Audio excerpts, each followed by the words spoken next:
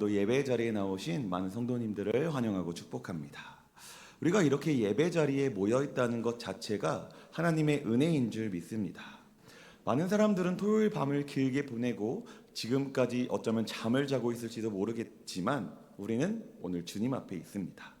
이것은 단순히 습관이 아니라 하나님을 찾고자 하는 마음이 오늘 저와 여러분들 가운데 있는 줄 믿습니다. 오늘 나눌 말씀의 제목은 내가 매일 기쁘게입니다. 혹시 여러분 매일 기쁘신가요? 솔직히 말해서 매일 기쁘다고 말하면 조금 거짓말 같죠? 아마 그렇게 대답할 수 있는 사람은 많지 않을 겁니다. 시험 기간이 다가오면 마음이 무겁고 직장에서의 압박도 우리를 지치게 합니다. 때로는 인간관계의 오해와 상처 때문에 하루 종일 나의 기분이 가라앉기도 하죠. 그런데 성경은 우리에게 뭐라고 말하는지 여러분 혹시 아십니까? 우리 다 함께 데살로니가전서 5장 16절 말씀을 함께 읽어볼까요? 함께 읽겠습니다. 시작. 항상 기뻐하라. 다시 한번 읽어볼까요? 시작. 항상 기뻐하라. 성경이 우리에게 뭐라고 말씀하나요? 항상 기뻐하라. 오늘 성경은 우리에게 항상 기뻐하라고 말합니다. 이것은 단순히 야 너의 기분을 좋게 살아라 라는 말이 아니에요. 성경이 주는 기쁨은 세상이 주는 기쁨과는 차원이 다릅니다. 이 기쁨은 환경이 아니라 하나님과의 관계 속에서 나오는 기쁨이기 때문입니다. 오늘 우리가 함께 본 시편 70편은 다윗이 매우 힘든 상황 가운데에서 쓴 시입니다. 원수들이 다윗을 조롱하고 그의 생명을 노리고 있었습니다. 그럼에도 다윗은 오늘 하나님께 기쁨을 구하고 있는 거예요. 그 기쁨은 문제가 다 사라져서가 아니라 하나님이 오늘 다윗과 함께 하시기 때문에 가능한 것이었습니다. 사랑하는 성도 여러분, 우리가 살아가고 있는 이 세상은 의인과 악인이 섞여 살아가고 있는 세상입니다. 시편 1편이 너무나 잘 보여주듯이 하나님을 따르는 사람과 그렇지 않은 사람의 길은 전혀 다릅니다. 오늘 본문은 이러한 대조 속에서 악인과 의인의 대조 속에서 의인이 어떻게 하나님께 도움을 구하고 어떻게 기쁨을 회복하는지를 보여주고 있다는 것이죠. 혹시 여러분의 마음 가운데에 무거운 짐이 있습니까? 혹시 누군가의 말과 행동이 여러분을 깊이 상처 주었습니까? 혹시 미래에 대한 불안 때문에 오늘의 기쁨을 잃고 있습니까? 다윗의 시편 70편은 그런 상황 속에서 우리가 어떻게 기쁨을 회복할 수 있는지를 잘 보여주는 말씀입니다. 특히 이 말씀은 단순한 위로가 아니라 예수 그리스도의 복음과 직결되고 있습니다. 왜냐하면 다윗이 경험한 그 구원이 예수님 안에서 완전하게 성취되었기 때문에 그렇습니다. 오늘 이 말씀을 통해 여러분들이 환경이 아니라 오직 복음 때문에 기쁜 사람이 되었으면 좋겠습니다. 그리고 이 기쁨이 오늘 하루뿐만 아니라 매일의 삶이 되기를 축복합니다. 오늘 우리가 함께 읽은 이 시편 70편 말씀은 매우 짧은 시입니다. 그렇지만 그 안에는 너무나 간절함과 긴박함과 절박함이 가득합니다. 첫 절부터 다윗은 이렇게 외치죠. 우리 1절 말씀을 다시 한번 읽어보도록 하겠습니다. 함께 읽겠습니다. 시작. 하나님이여 나를 건지소서. 여호와여 속히 나를 도우소서. 아멘. 여러분은 기도할 때 어떤 말로 기도를 시작하시나요? 저는 사랑의 하나님이 그렇게 좋더라고요. 하나님은 나에게 사랑이셔서 그 하나님을 고백하는 것이 너무 좋아서 사랑의 하나님 이렇게 보통 기도를 시작하곤 하는데 여러분은 어떤 말부터 꺼내십니까? 우리는 보통 기도를 시작할 때 차분한 어조로 감사를 표현하기도 하고 어떤 나의 상황들을 하나하나 조목조목 내어놓으며 기도를 하곤 합니다. 그런데 오늘 다윗은 그렇지 않은 것 같아요. 아니 정확하게 말하면 너무너무 급해서 그럴 여유조차 없는 것 같습니다. 오늘 다윗은 바로 하나님께 부르짖습니다. 속히 도와달라고 부르짖는 거예요. 왜 그렇습니까? 대적에게 둘러싸여 궁지에 몰려있기 때문입니다. 우리 2절과 3절 말씀도 함께 읽어볼게요. 2절로 3절 말씀 함께 읽겠습니다. 시작. 나의 영혼을 찾는 자들이 수치와 무한을 당하게 하시며 나의 상함을 기뻐하는 자들이 뒤로 물러가 수모를 당하게 당하게 하소서. 하소서. 아하 아하 하는 자들이 자기 수치로 말미암아 뒤로 물러가게 하소서. 아멘. 오늘 2절로 3절 말씀을 보니까 다윗은 하나님께 자신의 원수들을 심판하여 수치를 당하게 해달라고 기도하고 있습니다. 다윗을 괴롭히는 사람은 단순히 그를 싫어하는 정도가 아니었어요. 오늘 성경은 다윗을 넘어뜨리려는 이 악인들의 세 가지 모습을 보여주고 있습니다. 가장 먼저 나오는 악인의 모습은 나의 영혼을 찾는 자입니다. 여기서 영혼이란 생명이라는 의미로 사용되어집니다. 그리고 찾다라는 단어는 단지 숨겨져 있는 것이나 잘 밝혀지지 않는 것을 집요하게 찾는 것, 끝까지 찾아가서 쫓아가서 결국 밝히어내는 것, 이런 의미를 갖고 있습니다. 결국 본질적인 것을 추구하는 것을 의미하는 단어죠. 다시 말해 나의 영혼을 찾는 자라는 말은 내 생명을 빼앗으려는 자라는 뜻입니다. 이들은 다윗의 존재 자체를 없애고 싶어 했습니다. 다윗의 대적들이 얼마나 다윗을 쫓아다니면서 다윗을 괴롭게 했습니까? 그의 생명을 찾아 사울의 명령을 따라 끊임없이 다윗을 쫓고 또 쫓고 또 쫓아서 그를 죽이려 했던 것이죠. 두 번째로 이들은 나의 상함을 기뻐하는 자입니다. 오늘 말씀의 상함이라는 단어는 심신이 당하는 모든 부정적인 일들을 포괄하는 단어입니다. 다윗의 원수들은 다윗이 당하는 모든 영적인 또한 육적인 고통을 기쁘게 여기고 있었습니다. 오늘 오전 말씀에도 우리 목사님께서 말씀하셨듯이 그것이 바로 원수이죠. 서로의 잘 되는 꼴을 못 보고 그들이 잘못되는 것을 너무너무 즐거워하고 기뻐하는 것. 그들은 남들이 어려움을 당할 때에, 다윗이 어려움을 겪을 때에 그들은 안타까워하지 않습니다. 오히려 속으로 쾌재를 부르는 거예요. 야, 너무너무 잘 됐다. 야, 이제 다윗은 끝났어. 이런 마음일 것입니다. 마지막 세 번째로 아하 하는 자들입니다. 아하란 무슨 뜻일까요, 여러분? 이것은 소리를 나타내는 의성어로서 타인의 고통과 불행을 조롱하고 기뻐하는 비웃음을 나타내는 단어입니다. 이것은 단순한 웃음이 아니라 비웃음과 경멸이 섞여 있는 말투예요. 즉 하나님을 신뢰하고 경외하는 자들을 조롱하며 또 이들의 불행을 기뻐하는 악한 자들의 모습을 보여주는 단어라는 것이죠. 그리고 다윗은 하나님께 이 원수들의 사악함을 고발하고 이들이 심판으로 인하여 수치를 당하게 해달라고 간구하고 있는 것입니다. 이것은 악인들의 계획을 수포로 돌아가게 하는 것뿐만 아니라 그들의 파렴치함이, 그들의 사악함이 천하 만민에게 공개됨으로 말미암아 공개적으로 부끄러움을 당하게 해달라는 의미의 간구인 것이죠. 여러분도 혹시 이런 경험이 있습니까? 학교에서, 직장에서 또는 SNS상에서 누군가 여러분들을 비웃고 여러분들을 조롱하고 여러분들을 무시했던 순간 말입니다.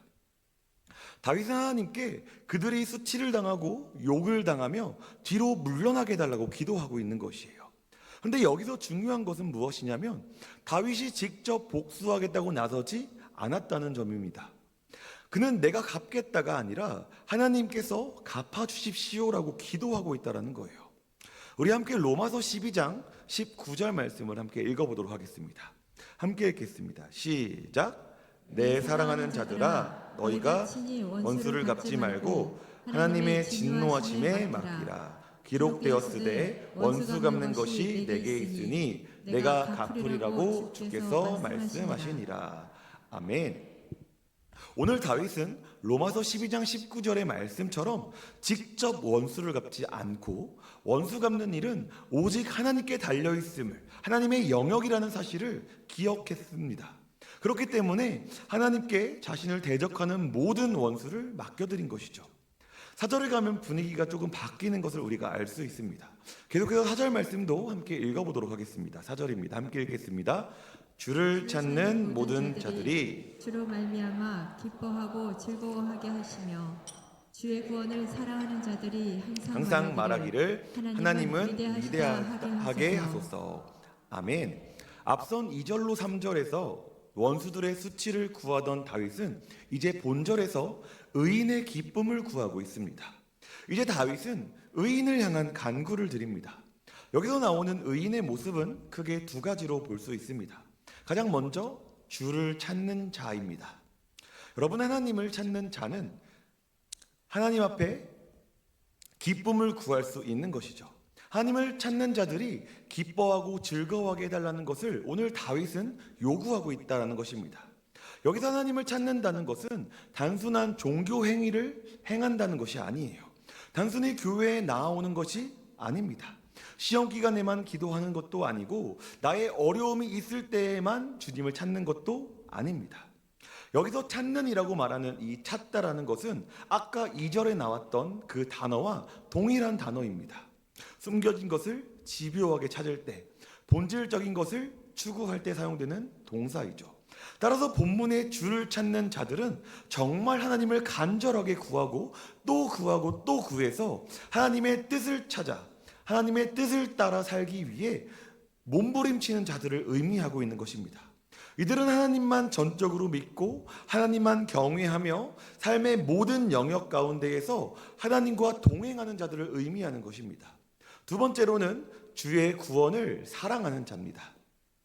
여기서 구원이란 위험과 고난, 결핍으로부터 벗어나는 구원의 의미보다 불의로부터 벗어난다는 의미가 조금 더 강조되고 있는 걸 알 수 있습니다.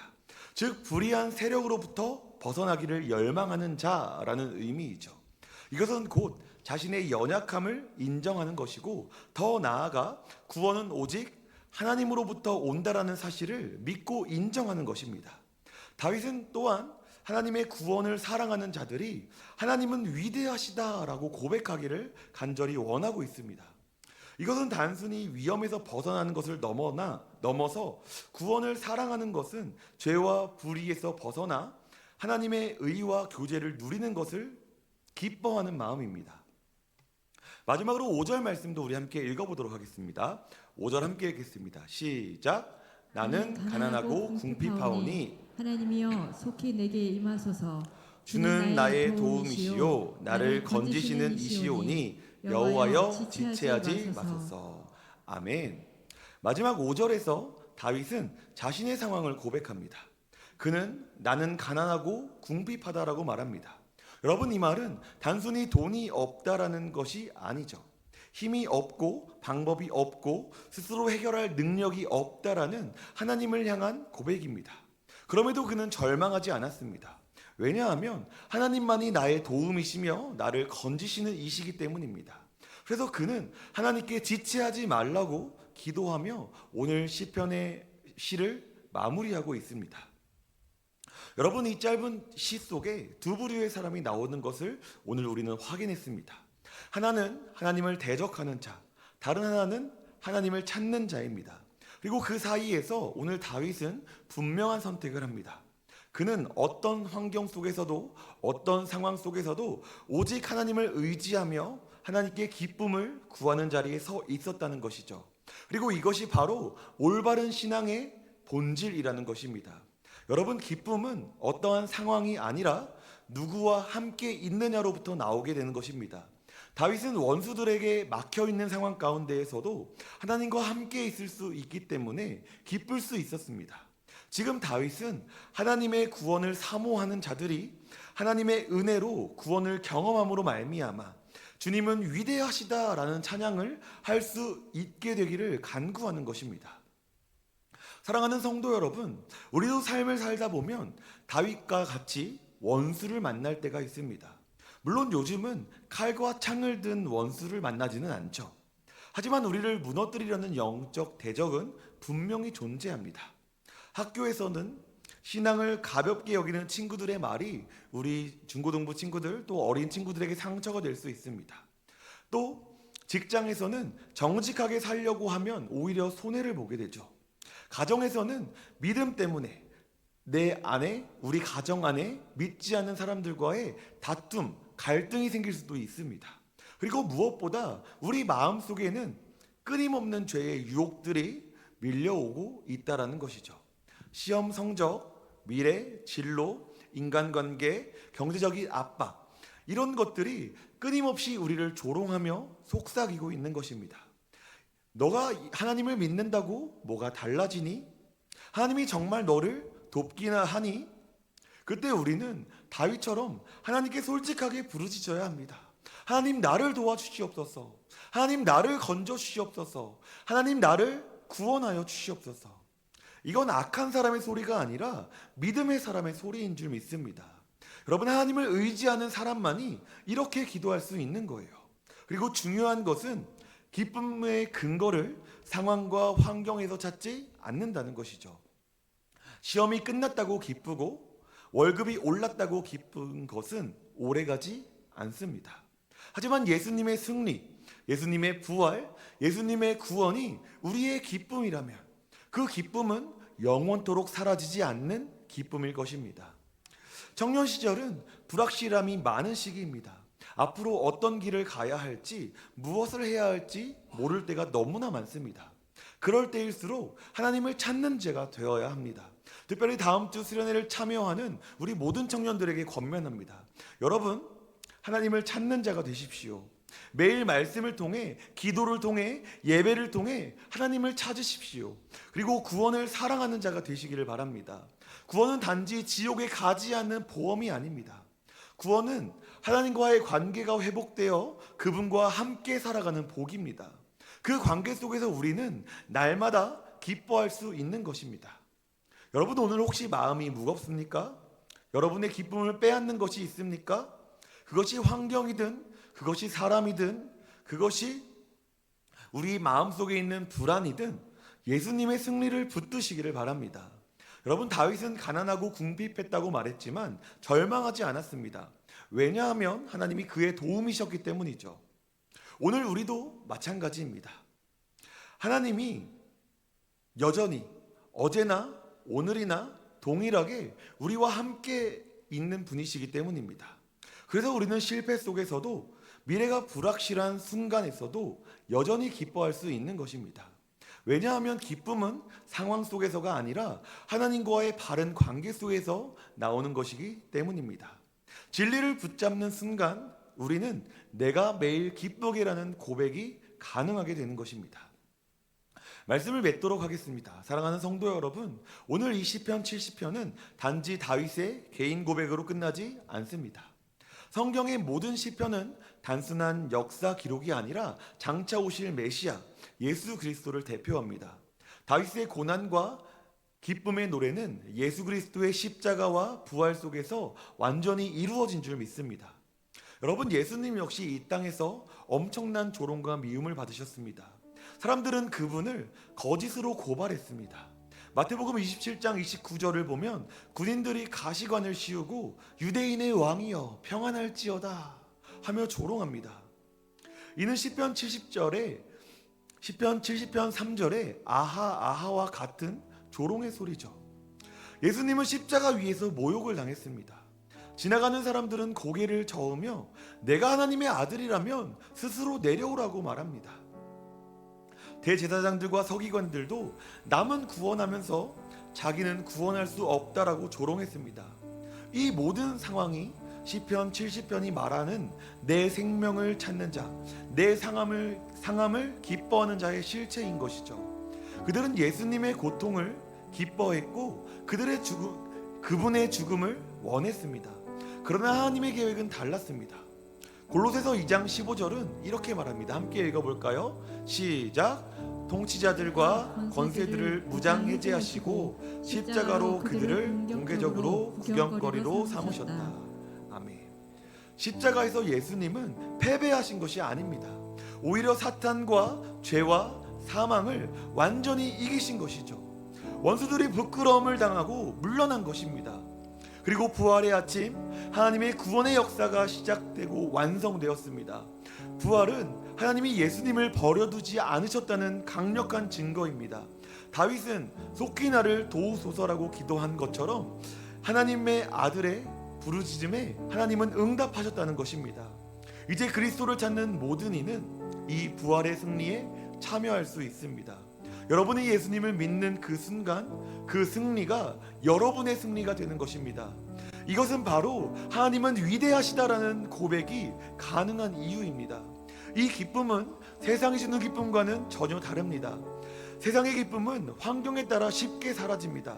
좋은 성적을 받아도 금방 다음 시험이 다가오면 불안해지죠. 취업에 성공해도 직장 안에서의 압박과 그 인간관계로 말미암아 우리의 기쁨은 금세 사라집니다. 하지만 그리스도 안에서의 기쁨은 영원토록 변치 않으실 줄 믿으시기를 바랍니다. 왜냐하면 그 기쁨은 십자가와 부활이라는 이미 완성된 사실 위에 서 있기 때문입니다. 예수님의 승리는 다시 빼앗길 수 없는 영원한 승리인 줄을 믿으시기를 바랍니다. 그렇기 때문에 우리는 오늘도 고난 속에서 십자가를 바라보며 기뻐할 수 있는 것입니다. 예수님은 요한복음 16장 33절에서 이렇게 말씀하셨습니다. 세상에서는 너희가 환난을 당하나 담대하라, 내가 세상을 이기었노라. 여러분, 이것은 단순한 위로가 아니라 실제로 이루어진 승리를 선언하는 것입니다. 다윗의 노래가 예수님의 십자가와 부활 속에서 완전히 성취되었다는 이 사실을 우리가 기억할 때 우리는 오늘도 믿음으로 담대해질 수 있는 것입니다. 우리를 조롱하는 목소리보다 우리를 구원하신 주님의 음성이 더 크게 들리기 때문이죠. 그 음성이 바로 오늘 우리를 기쁘게 만드시는 하나님의 음성인 줄 믿습니다. 오늘 다윗은 악인을 향한 기도와 의인을 위한 기도를 주님께 드리고 있습니다. 그리고 하나님의 도우심과 그 구원하심이 속히 이루어지기를 또한 간구하고 있는 것입니다. 오늘 우리가 매일 고난과 어려움과 슬픔을 지나가는 그 자리 가운데에서 여전히 기뻐할 수 있는 이유는 우리에게 십자가를 바라볼 수 있는 눈이 있기 때문인 줄 믿으시기를 바랍니다. 사랑하는 성도 여러분, 오늘 우리 앞에 우리의 상황들을 바라보면 너무나 좌절스럽고 너무나 고통스럽고 너무나 어렵고 너무나 눈물 나고 너무나 힘들 것입니다. 그러나 여러분, 그때 믿음의 눈을 들어 주님을 바라보십시오. 주님을 바라볼 때 이미 우리가 얻은 승리를 기억하십시오. 예수 그리스도께서 그 십자가 위에서 치르셨던 그 고통으로 말미암아 우리의 모든 죄가 사해졌고, 주님이 부활하심으로 말미암아 우리는 그 부활에 참여하는 자가 되었습니다. 여러분, 그 사실을 우리가 기억할 때에 우리는 기뻐하며 오늘을 살아갈 수 있는 것입니다. 그러므로 이번 한 주 이렇게 결단합시다. 나는 그리스도 안에서 매일 기쁘게 살겠다. 비록 가난하고 궁핍할지라도 하나님이 나의 도움이심을 믿고 기쁨을 선택하겠다. 여러분, 기쁨은 우리가 선택하는 것입니다. 십자가를 바라보는 것이 우리의 기쁨을 선택하는 것입니다. 내가 매일 기쁘게 나아갈 수 있는 이유는 오늘도 우리 앞에 있는 십자가를 선택하는 믿음에 있는 줄 믿습니다. 오늘 그렇게 결단하시는 여러분들 마음속에 매일매일의 삶이 기쁨으로 넘쳐나시기를 주님의 이름으로 축복합니다. 우리 시간